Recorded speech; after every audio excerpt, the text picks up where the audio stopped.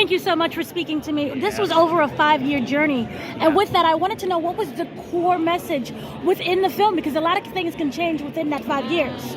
I mean, sometimes in the beginning, you're just searching for the message. And there were lots of messages and lots of themes, but it really became channeling what Pharrell's message is, which is like, how do you get out of your own way as a creative person? Right. To like be yourself. Like the thing that makes you different makes you special. Like I feel like if you distilled it, that's really the message of the film. And what really struck me was the different, the personalities and the different topics that was focused on. We have Black Lives Matter. We have the different communities that you all go through. So I wanted to know, when creating, both bringing out the personalities through a Lego, were there any difficulties with that?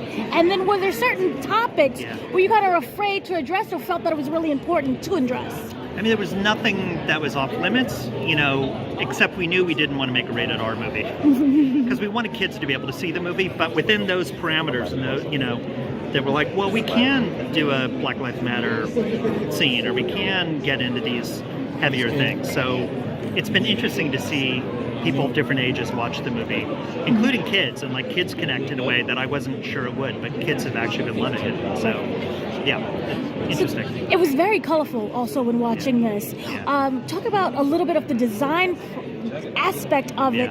The collaborators, I know that Pharrell was heavily involved, but what other else did you kind of wanted to bring forth? Because it's very colorful. I mean, once you start with Lego, there's color, and then Pharrell has synesthesia, which means when he hears things, he sees color. So if you're doing an animated movie, like what an invitation to do something colorful. So I feel like the movie actually tells a story about color. When he's, in the zone, when he's really creative, the colors get more saturated, and when he isn't, the colors get muted.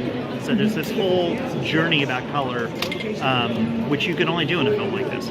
Right. And then kind of lastly, it touches upon the evolution of hip-hop music and just music in general. Were there any specific music pieces or kind of segments that were, one, important to include in the movie and kind of spoke to you? Totally. I mean, there were so many things that were like, oh, we got to get this in. Like, Pharrell's the world's biggest Tribe Called Quest fan. So we had to get, and his favorite song is Bonita Applebum.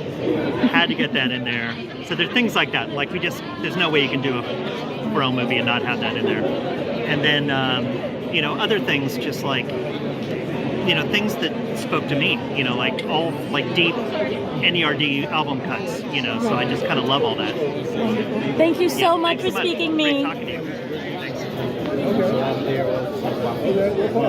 Thanks.